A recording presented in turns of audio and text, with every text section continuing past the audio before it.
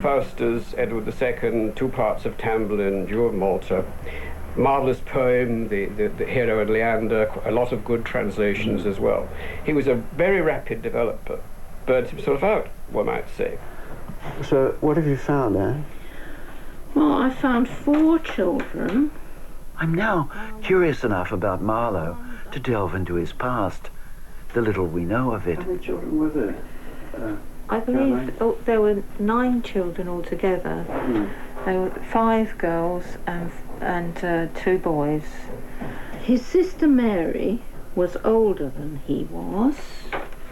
There's Mary. And Christopher. Show me Christopher. Okay, and Marlowe, where's the name of... Oh yes, Marlowe, right. It's the 1560s, and Canterbury is a bustling cathedral town on the great road to London. He lived more or less on this corner. We catch just glimpses of the boy Marlowe as he grows. Perhaps he waits to see his queen when she comes to visit the Archbishop.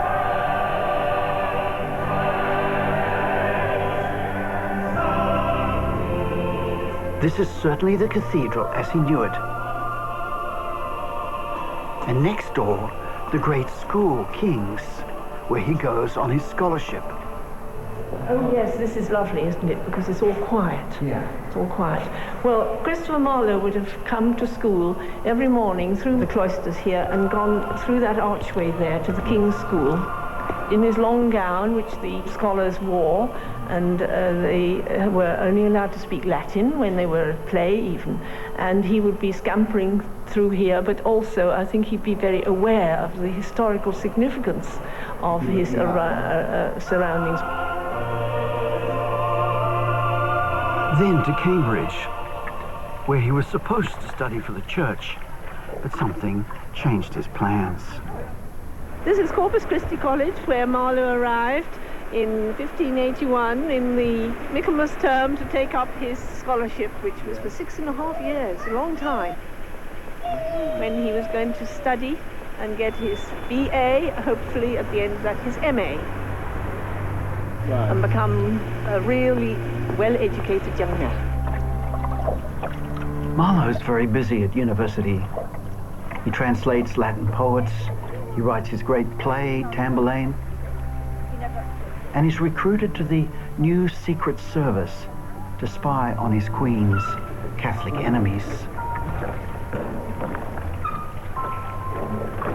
He has got a very unusual gesture there, the folded arms, which show that I am one who keeps secrets. He had joined the Secret Service. This was his celebration of becoming a servant of the Queen in the Secret Service, which was the greatest secret service in the Elizabethan time. And he did his work to great satisfaction, because the Privy Council have written this letter giving him the accolade of having served his country. In fact, Marlowe was in some trouble. The university didn't want to graduate him because he'd missed some school, and they suspected that he'd been off in France as a Catholic traitor. That is, until they got a stern letter from the Privy Council saying, "Give him his degree." There are the names of the Privy Councillors actually present at the meeting, among which one noted is the Lord Archbishop Wycliffe, the Lord Chancellor. So all of these important people are signing a letter on the behalf of humble young Christopher. Yes, exactly. It's amazing, isn't it? Yeah, exactly they are. They really... Whereby he had done Her Majesty good service and deserved to be rewarded for his faithful dealing. This is Vlissingen in Holland, another place where Marlowe, the secret agent, got into trouble. He was arrested here for counterfeiting coin and could have been executed. But that's what was reported. Whether he was actually doing that or not, we don't know. It's usually assumed that he was on some sort of government business on that, something to do with the funding of the Catholics and finding out how they were being funded and so forth. But he got reported, was sent back as a prisoner to England, and With a capital offence. That's right, petty treason, sent back and to Lord Burleigh. We don't know exactly what happened to him, but we know that within a few months, very few months, he was free. But then his luck ran out, or so we are told. There was the knife fight, the stabbing, and then a quick burial in St. Nicholas Churchyard, here in Deptford. This is the yard, the grave's unmarked. I have no idea where to look. Small boys throw stones at me. But then the vicar appears, and he thinks he knows where Marlowe lies, in the plague pit. Put him in the plague pit.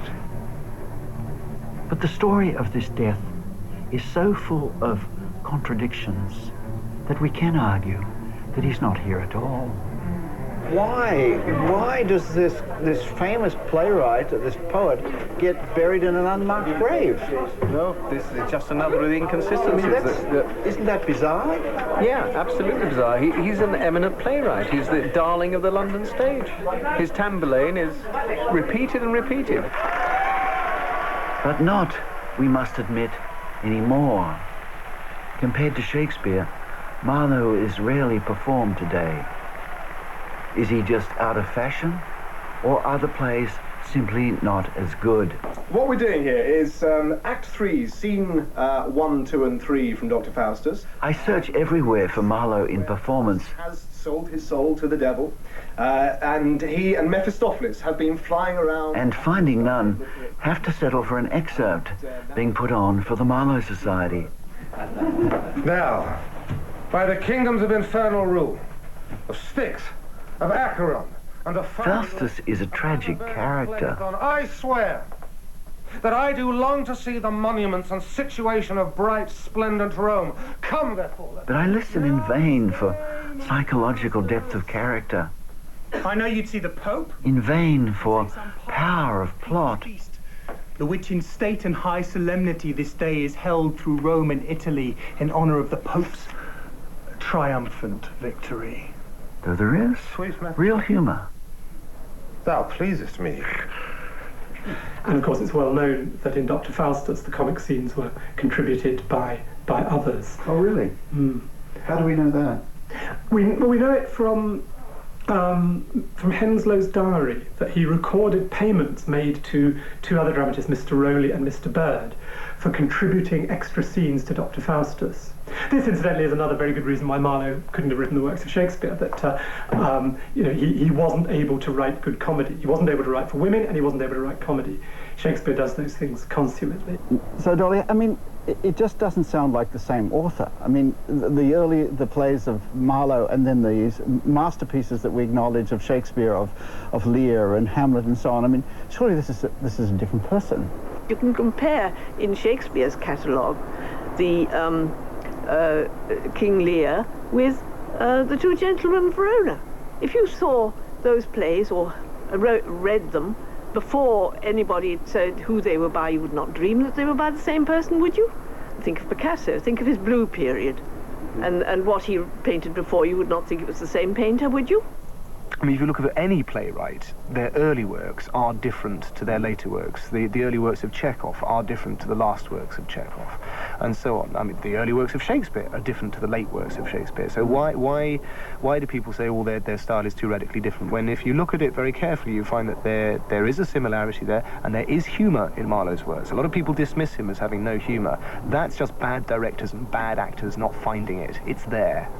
In Marlowe's case, if he did in fact survive, took on a new identity, must have had a very life-changing experience. Gone to Italy, and possibly having the chance to to experience the European Renaissance at first hand. He was able to see the Commedia dell'arte, Commedia erudita, the various styles in which plays were done over there, Yes. to read the best of European literature, to learn the languages and learn new ways of thinking, new ways of doing. That must have a tremendous effect on anyone, provided they were as brilliant as Marlowe clearly was already. This man suddenly disappears and his writing stops.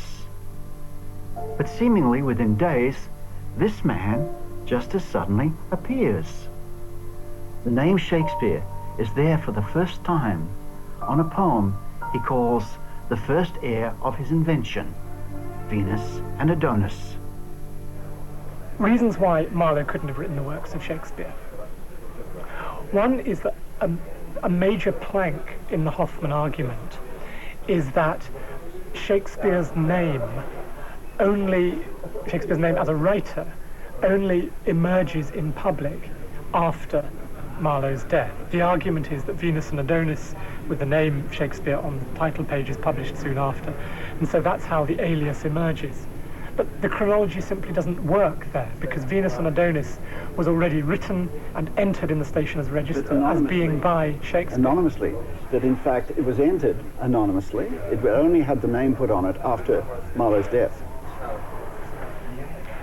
For sure, sure. Absolutely sure. And this poem appeared in print then 12 or 13 days, we don't know exactly, after the Deptford event, when he disappeared under the cloak of death. And it is obviously launching the name of a new poet, William Shakespeare. Name, it seems to me, for somebody whose function in the play is that of a wandering clergyman who is called on to perform a marriage. It's little clues in his plays that he isn't really Shakespeare, which can only be picked up 400 years later. It just...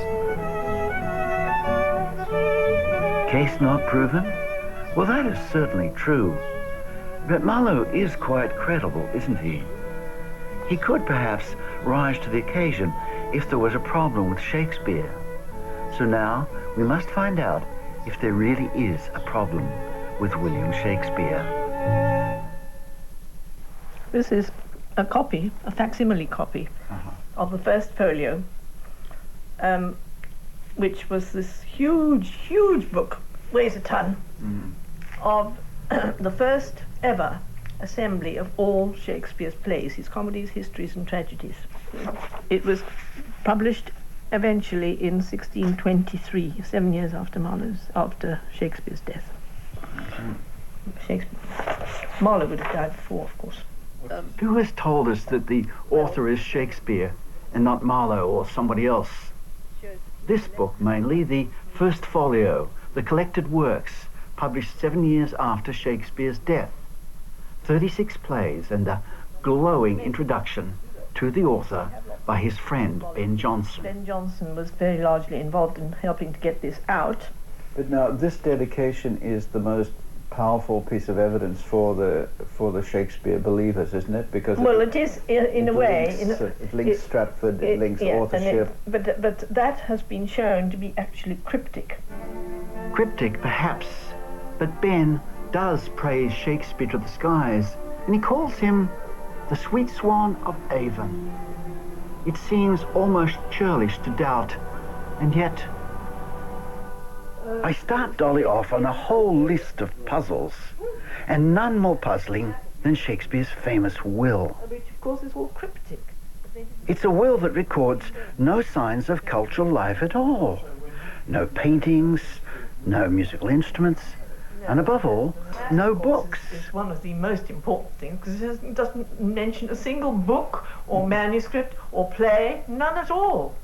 How is it is there any writer in the world who has died not leaving a single book or unfinished play? If their wills are extant, I don't think so, no. Ben Jonson had a huge amount. Of course, his library was burnt because his house was on fire.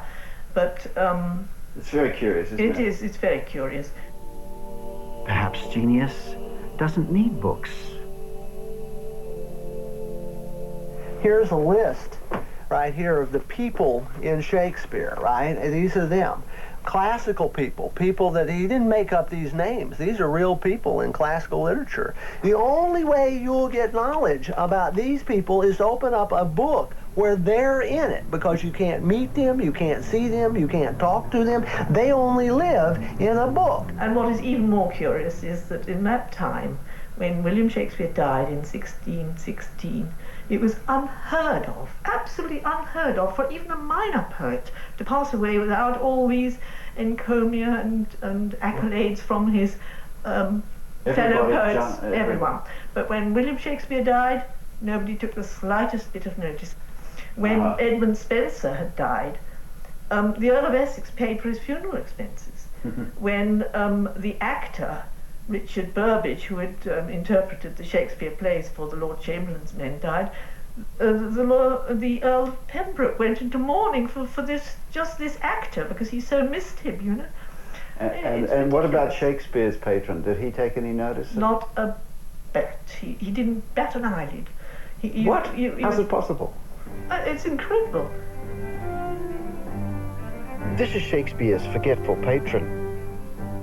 But we can't be too hard on him, because it seems that virtually everybody of note forgot Shakespeare, alive or dead.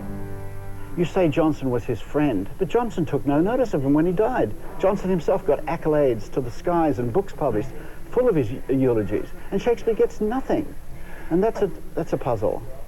But of course, it's a puzzle that was caused by the other puzzle, which was that of his retirement. The writers who die, and immediately elegies come rolling off the presses, tend to be writers who die in mid-career.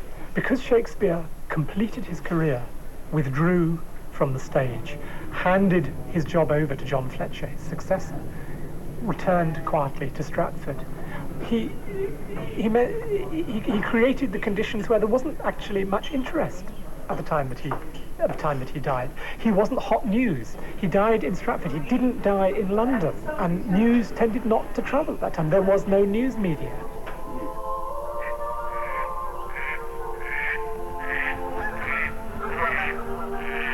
And in the grounds of the Stratford Church, just as dawn is breaking,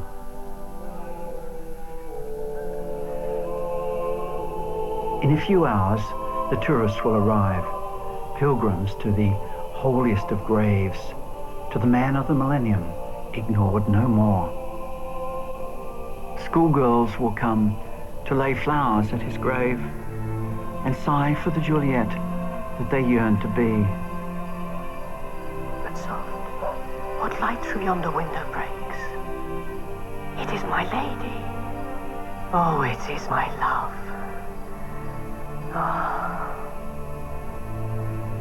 I see the bust staring stiffly, puffily ahead, so high on the wall that it's hard to get a clear look at it. Good night. Parting is such sweet sorrow that I shall say good night till it be morning. It certainly doesn't look like the face of a sensitive man, does it? Mark Twain called it the bladder. Thank goodness for the quill. Well, that is not the original one.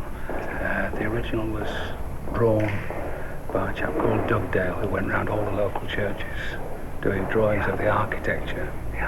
And there are certain very important differences between what you see here and what was here originally, put up after Shakespeare's death. His hands in the original memorial rested on a sack, which implied that he was a dealer in bagged goods. The Dugdale Monument has recently, the whole issue has been laid to rest. The statue wasn't doctored in the mid-18th century, as the anti-Stratfordians suppose. It was painted, but it wasn't doctored.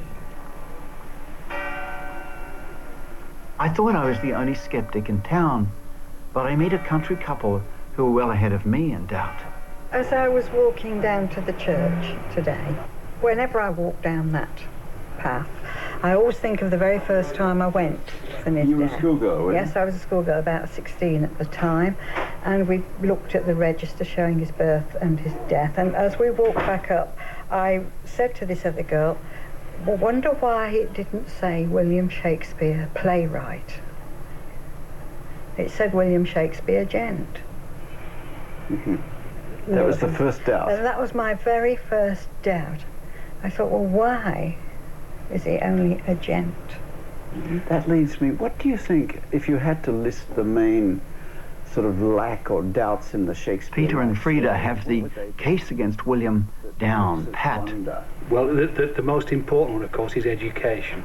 It is painfully obvious that whoever wrote the Shakespeare plays was very well educated, had a very broad experience of life. He may have got that at the school, couldn't he have got that at There the is school? no proof, documentary proof, that William Shakespeare attended the school. No, but if he did go to the school. Even the most ardent of the Shakespeareans dare not say that he did. Most they will ever say is that he almost certainly attended the grammar school. When an actor came to Stratford many years later and tried to do research to find out more about Shakespeare, no one in Stratford seemed to know anything about him. They knew something about him as a businessman, apparently. And we do know from the Stratford records that he lent money to people. He was a money lender in his later life. We also know that he was quite wealthy because he bought 107 acres of land on the outskirts of Stratford, where the Welcome Hotel and Golf Course now is. There are records of his dealings in tithes and malt and grain. And it would appear that once he had obtained some capital, he certainly knew how to use it to accumulate more capital. I once tried to make an estimate of Shakespeare's income, and it came to something like £200 a year, which is 10 times the income of the Stratford vicar and the Stratford schoolmaster in his early years. His estate would have been valued at least £1 million today when he died. I mean, New Place was a big house with 5 gables and a courtyard. And I can't say that too often to impress how big his Stratford house was. And it's a great pity it hasn't survived. But if you go to the Shakespeare Hotel and look at the right-hand part of the Shakespeare Hotel, you will find 5 gables there. Now, Shakespeare's house had 5 gables, and everybody says it was the second biggest house in Stratford. I noticed that it's just one building removed from the school, that famous school where he reputedly got his excellent education. This is the schoolroom, much as it must have been when he studied here. I try to imagine this country boy, son of an illiterate glovemaker, plunging into the classics, the legends and the languages, setting himself up to have a vocabulary of 28,000 words, 3 times that of Milton. What a prodigy he must have been. What an amazement to his teachers. Well, I think Shakespeare had a very good education.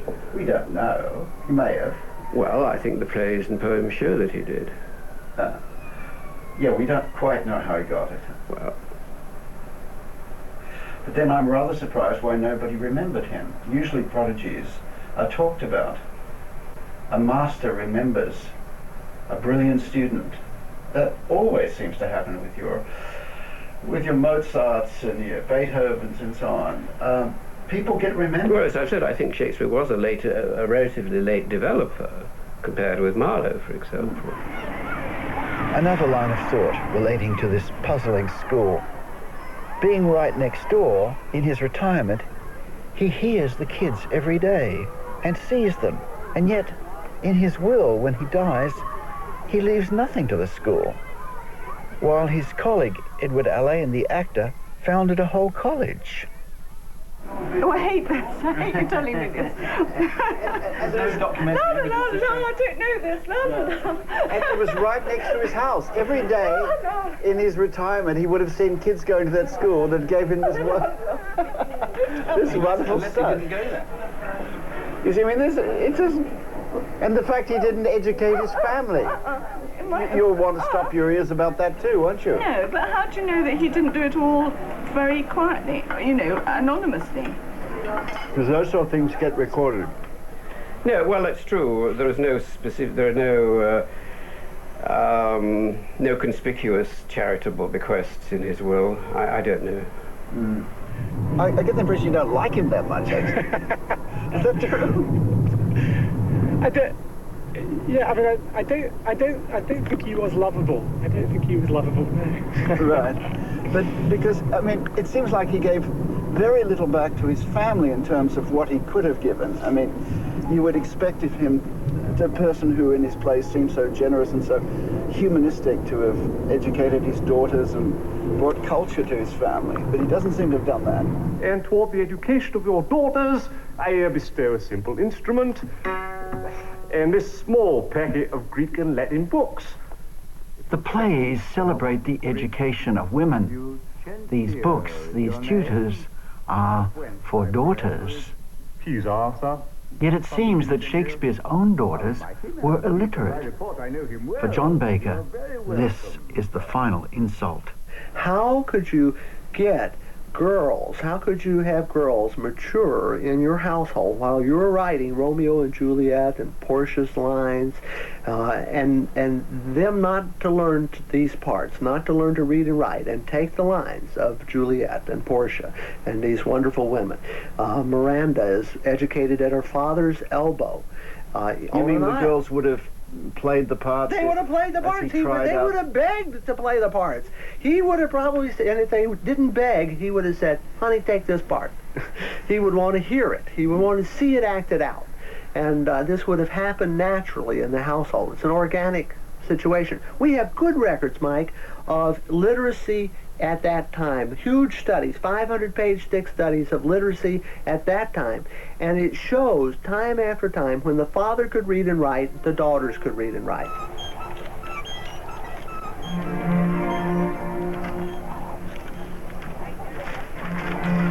Forget the character questions. Here's another line of thought. Did Shakespeare have the time to write the plays? His life in the theatre as an actor, manager and quasi-director must have been incredibly hectic. Well, he would have spent the morning rehearsing new plays, because they had this incredibly intense repertory of plays. They had to do a different play every day to keep people satisfied with new plays. They wouldn't have done